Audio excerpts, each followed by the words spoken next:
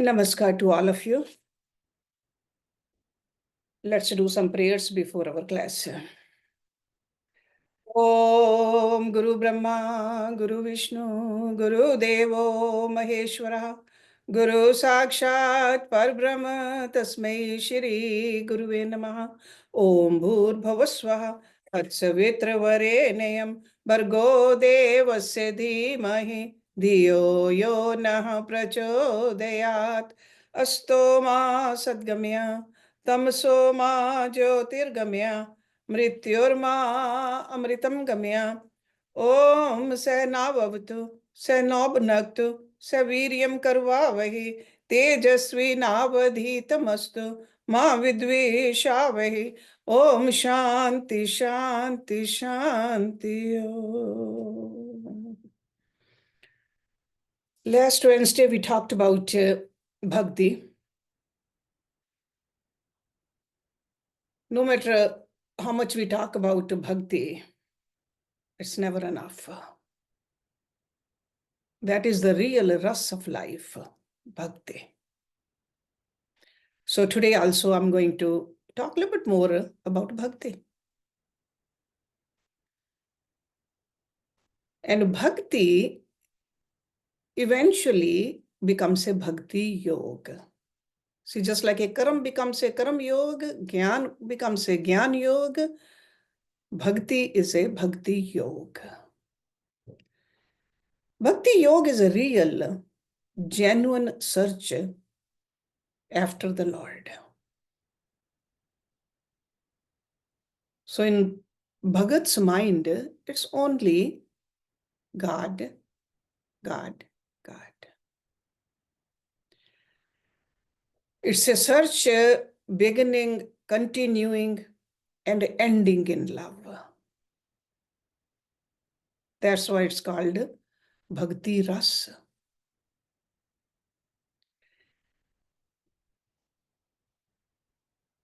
The saintly people who have experienced this kind of a ras, they say that one single moment of the madness of extreme love to God brings us eternal freedom. That is the power of bhakti.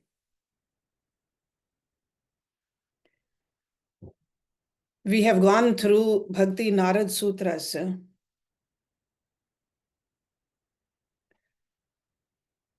And the explanation of the Bhakti Sutras, he says,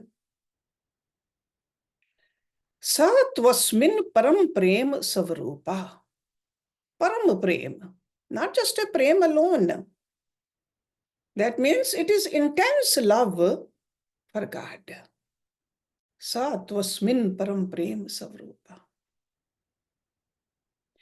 When a person gets it, that person loves all, hates none, and a person becomes satisfied forever. Complete contentment, no churning of the mind. And this love, this kind of a supreme love, cannot be reduced to any earthly benefit.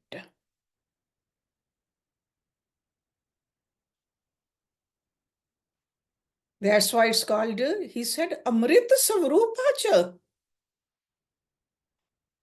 It has a Savrup of Amrit, nectar. Because as long as worldly desires last, that kind of a love does not come.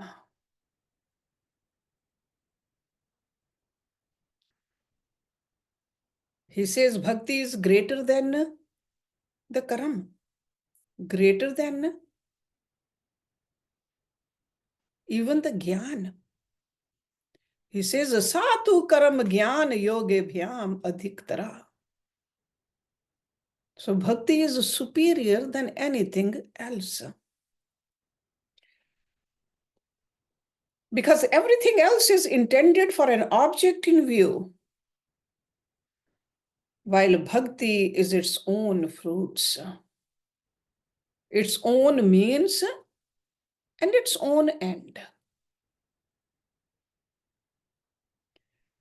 Bhakti has been the one constant theme of our sages. Apart from the special writers on bhakti, like Shandilya Rishi or Naradji, even the great commentators on the Vyasa Sutras they advocate knowledge actually, the Gyan. They have also something very suggestive to say about love, bhakti. Even when the commentator is anxious to explain many, if not all, of the texts, so as to make them import a sort of dry knowledge. But in the chapters of bhakti,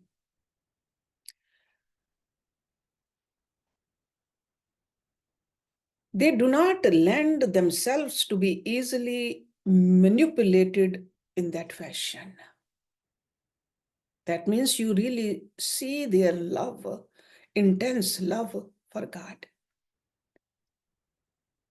There's not really so much difference between the gyan, the knowledge, and the love, bhakti, as people sometimes imagine. So that means if you truly understand, the goal is the same. We shall see as we go on that in the end they converge and meet at the same point. So the goal for a jnani and the goal for a bhagat is the same actually. And also for a person who says that I'm walking on the path of Raj Yoga. Because the Raj Yoga is pursued as a means to attain liberation. And what is a liberation? It's a freedom. Freedom from the bondages. And that's what the bhakti is. One great advantage of bhakti is that it is easiest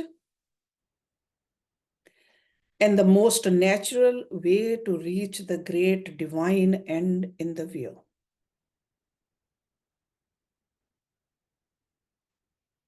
But there's a disadvantage also. The great disadvantage is that in its lower forms, it oftentimes degenerates into hideous fanaticism. So this is one distinction we got to keep in mind. Is our bhakti par bhakti or apar bhakti? Par bhakti is the higher bhakti, apar bhakti is the lower bhakti. That's where there's a chance that we can become fanatics.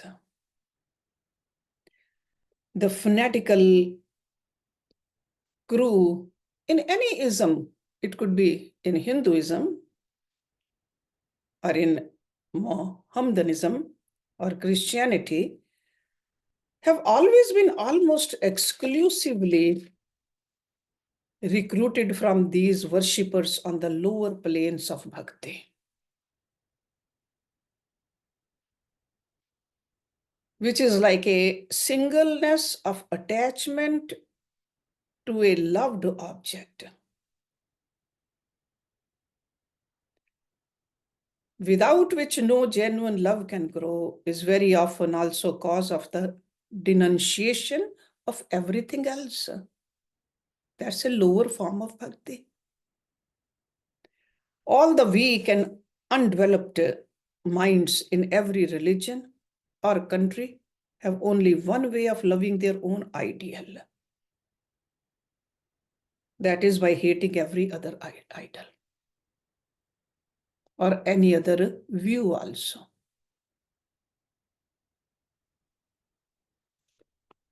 Here is the explanation of why the same person who is so lovingly attached to his own ideal of God, or you can even say idol of God, so devoted to his own ideal of religion, becomes a howling fanatic as soon as he sees or hears anything of any other ideal.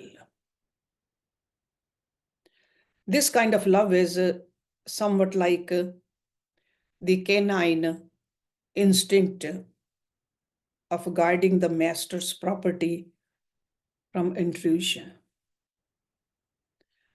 Only the instinct of the dog is better than the reason of a man.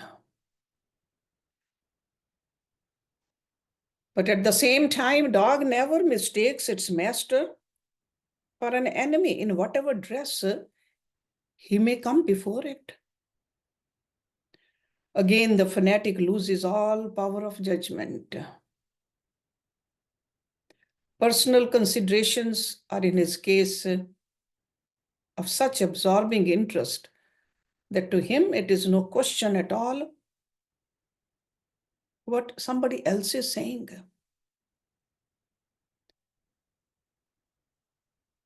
He doesn't go into what is right or wrong.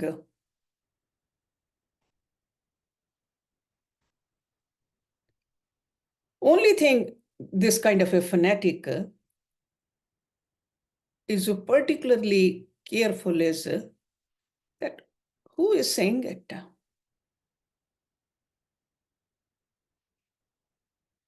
The same person who is kind, good, honest, and loving to people of his own opinion will not hesitate to do vilest deeds when they are directed against persons beyond the pale of his own religious brotherhood. So these are the characteristics of a lower level of bhakti. But this danger exists only in that stage of bhakti.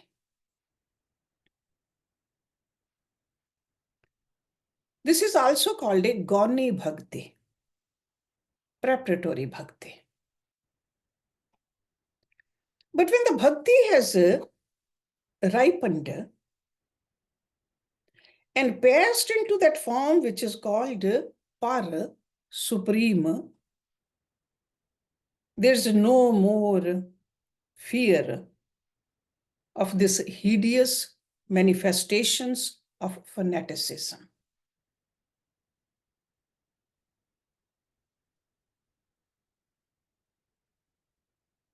The person which is overpowered by the higher form of bhakti is so dear to God. Love becomes the instrument to diffuse any kind of a hatred. Just like when there's a heat, there's no room for cold. When there's a sun shining, there's no room for darkness. So this kind of a love for God, there's no hatred for anybody. It is not given to all of us to be harmonious in the building up of our characters in this life.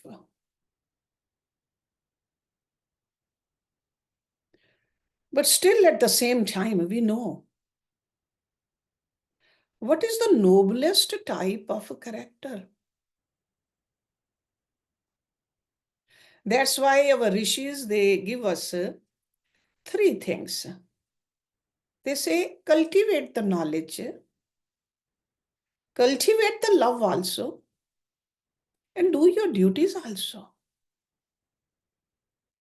So the Bhakti Yog, the Karma Yog, and the Gyan Yog together. So a combination of all three will take you to the higher stages.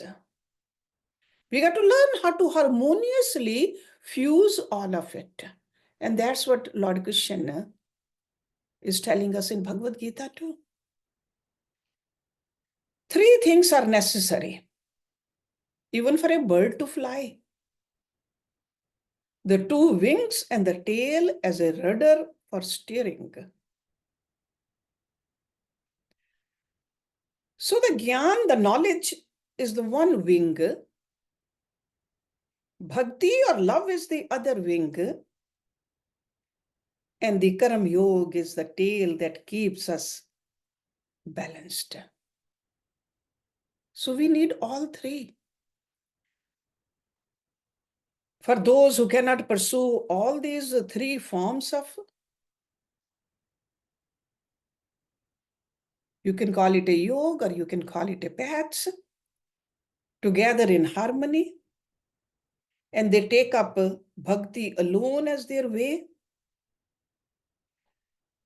it's necessary always to remember that forms and ceremonials, though absolutely necessary for the progressive personality, have no other value than taking us onto that state in which we feel the most intense love for God.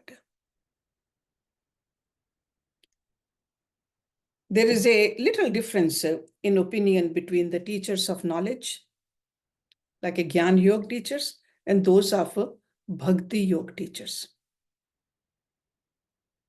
Because both of them admit the power of Bhakti. The Gyanis hold Bhakti to be an instrument of liberation, and Bhagats look upon it both as the instrument and the thing to be attained.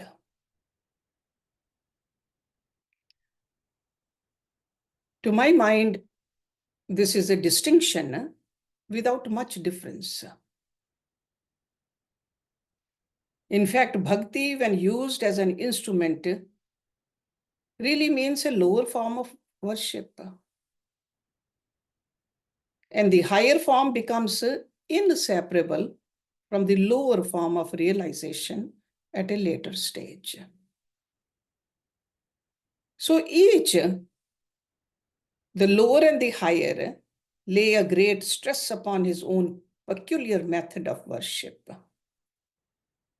forgetting that with perfect love, true knowledge is bound to come. Even if we are not looking for it. And that from perfect knowledge, true love is inseparable.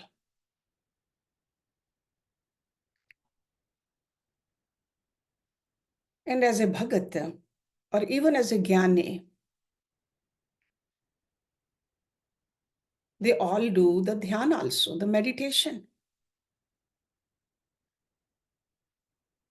Meditation is a constant remembrance of the thing meditated upon. That's what meditation is.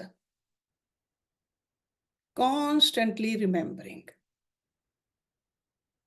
It's like a mind is flowing like an unbroken stream of oil poured out from one vessel to another. When this kind of remembrance has been attained in relation to God, because this kind of a remembrance we do with the worldly objects, but it becomes a meditation only if it's in relationship to the God. All bondages break. And these bondages are worldly bondages, material bondages. So it is spoken of in the scriptures regarding constant remembering as a means to liberation. So Jnani does that. A Bhagat does that too. So this remembering again is of the same form as a seeing, because it's of the same meaning as in the passage, when he who is far and near is seen, the bonds of the heart are broken, all doubts vanish, and all effects of work disappear. So it's a seen. Seen over here really means with the internal eyes. After remembering, you see it. It's right there. It's not far. He who is near can be seen, but he who is far can only be remembered. So a Bhagat or a Jnani, after meditating with that intense love, can see,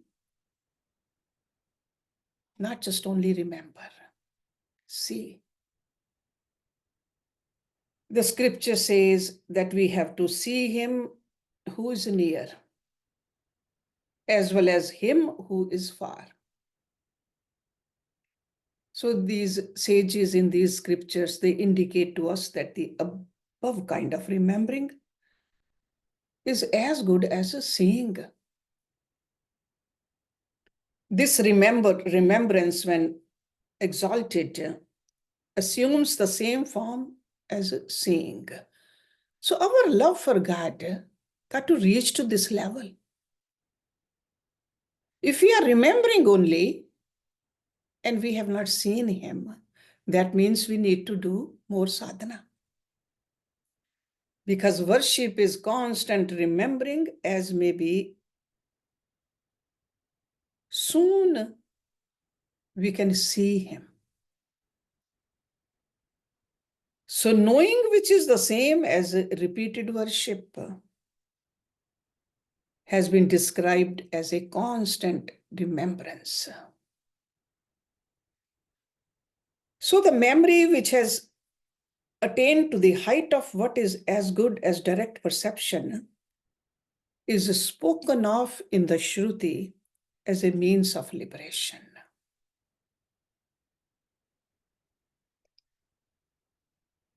The Atma is not something to be reached through various sciences, nor by intellect, nor by much study of the Vedas. The Shruti says, whomever this Atma desires, by him is the Atma attained. Unto him this Atma discovers himself. So this love can take us to that level. After saying that mere hearing, thinking, and meditating are not the means of attaining this Atma, but it is said that whom this Atma desires, by him the Atma is attained. So we got to see, what are we desiring? What are we looking for? What is in the hearts of our hearts? The extremely beloved is desired by whomsoever this Atma is extremely beloved. And he becomes the most beloved of the Atma. And this Atma over here means Paramatma also, the Lord also, because there's no difference. So that this beloved may attain the Atma, the Lord himself helps. Because it has been said by the Lord, those who are constantly attached to me and worship me with love, I give that direction to their will by which they come to me. So he is the giver, but we have to desire him. If we constantly desire only the material things from him, we are not looking for him. So that's why it's said that to whomsoever this remembering, which is of the same form as direct perception, is very dear. That's why Lord Krishna said, sure, anybody who comes to me, they are dear to me, but the most dear is he who comes for me, and he is a Jnani.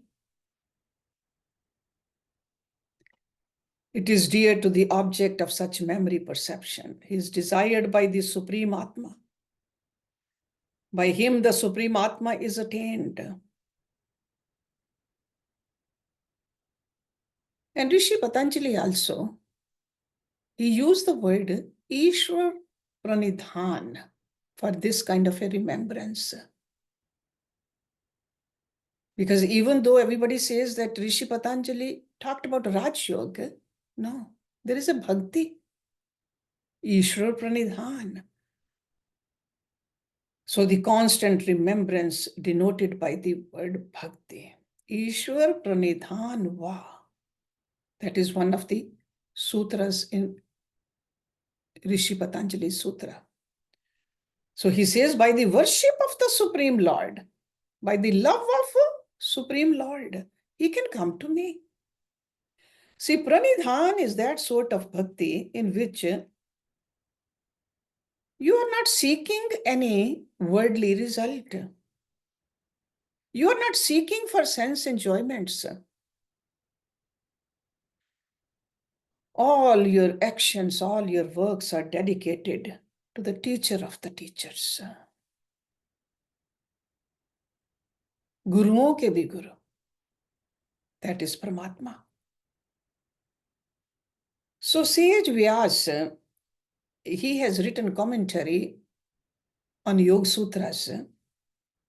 He defines pranidhan as the form of bhakti by which the mercy of Supreme Lord comes to the yogi and blesses him by granting him his desires. And what is a yogi's desire? To become one with the Lord. So Ishwar Pranidhan. So Pranidhan is that kind of a surrender, that kind of a oneness. You don't even feel any difference. You don't feel any distance from the Lord. According to Shandilya, that's a Rishi Shandilya, bhakti is intense love to God. And he gives us a definition that is given by the king of the Bhagats, Prahlad. I'm sure most of you are familiar with Prahlad, even though he was born in the family of demons, but he was a devotee of the Lord. Ya pritir viveka naam vishesh daine tvam anusmartaha samahirde man sumarpatu. He says that deathless love, which the ignorant have for the fleeting objects of the senses, as I keep meditating on thee, may not that love slip away from my heart. So he says the intensity of the love which ordinary people feel for the sense objects, I should have the same kind of an intense love for you, Lord.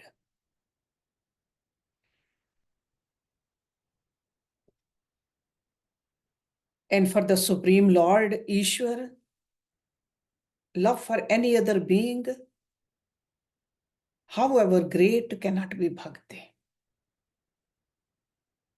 That is just a worldly love. Another Rishi said, Abram stam priyantaha jagatant avastita praninaha karam janit sansar pashvartina yataha tato nat dhyanehe dhyaninam upakarka avidya antargata sarve tehi sansar gochra. So the reason I'm giving you different verses over here, that whether you look at the leaders or the writers on the Gyan or the Bhakti or the Karam, they are all taking us towards God. There's no difference. According to our aptitude, we may start at a different place, but we are going to end at the same place. So this verse says, from Brahma to a clump of grass, Abram satam paryantaha. All things that live in the world are slaves of birth and death, caused by karma. We were born according to our core karmas. We will leave this body. How, where, when, that's all dependent upon our karmas. So from Brahma to a clump of grass, all things that live in the world are slaves of birth and death, caused by karma. Therefore, they cannot be helpful as objects of meditation. So that's why even in the beginning, if we say, yeah, this form I like to meditate upon, but we got to go into the essence of that form. Because in the lower stages of bhakti, sure, we can say that this is a beautiful form. But as we move higher and higher, we got to look at that divinity in that form. So let me repeat again, from Brahma to a clump of grass, all things that live in the world are slaves of birth and death, caused by karma. So once we accept, see, this comes from the knowledge. This knowledge is needed. Therefore, they cannot be helpful as object of meditation. Why? Because they are all in ignorance and subject to change. Avidya antargataha sarvetehi sansar gocharaha. They keep on changing. I light a lamp in my temple, sit down to meditate on it. When the ghee is gone, that light is gone. Everything will change in this material domain. When these rishis, they talk about anurakti, because that is the one term again and again we read in these verses, anurakti. Naradji used that. Sage Shandilya used it. Rishi Vyas used it. Patanjali ji used it. The commentator says that is anurakti. It's like a anu and rakti. Anu means a small portion. It's like a one little portion after the other. So that means anu means after also. Rakti means attachment. So attachment which comes after the knowledge of the nature and the glory of God. Let me repeat it again. Because we use this word, we hear this word, we sing this word in the bhajans also, anurakti. The attachment which comes after the knowledge of the nature and the glory of God. Anurakti. So that means the knowledge is important.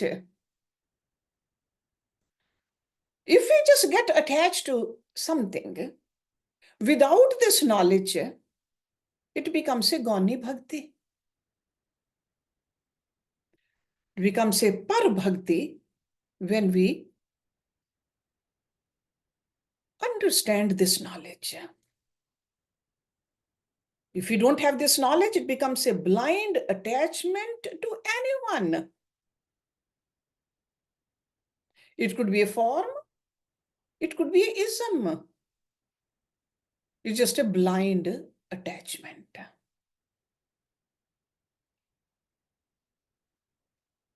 So you can see that even though bhakti is very natural, love is very natural for us. Nobody had to teach us to love our mother,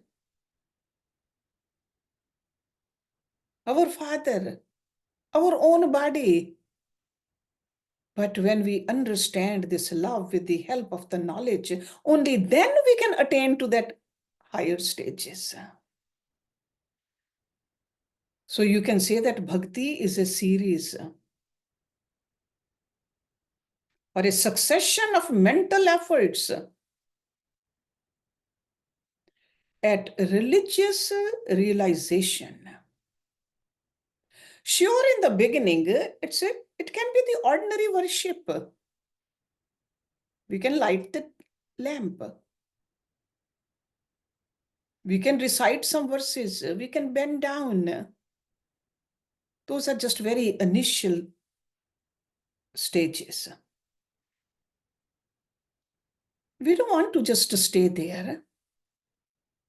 We don't want to stay at the lower stages. With the help of the knowledge, we have to attain this supreme intensity of love for the Ishvara. That is the bhakti. So from apar bhakti, lower forms of bhakti, we got to reach to the par bhakti. Or you can say that from a sakam bhakti, when we have a lot of desires, worldly desires, we just say, God, help me. It's okay to go to God. That's why Lord Krishna said, even a person like a arthi, he used the word, wants some kind of a material object. Or a person who wants to have some knowledge, the worldly knowledge. He said, they are all dear to me. Or a person who is suffering, could be a physical level, mental level, emotional level, intellectual level. He says, if that person comes to me, they are all great.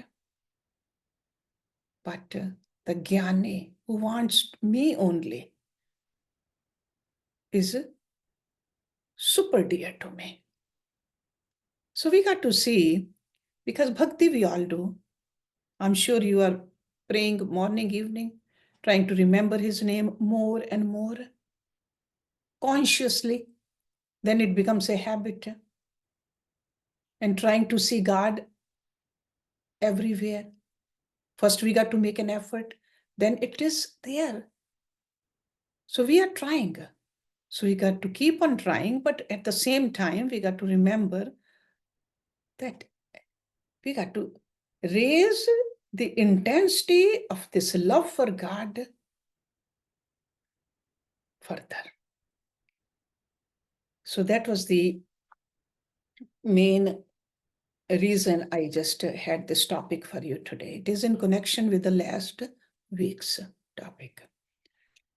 Om Purnamada Purnamidam Purnat Purnamudachyate Purnasya Purnamadaye Purnameva Viseshyate Om Shanti Shanti Shanti Om. Thank you very much.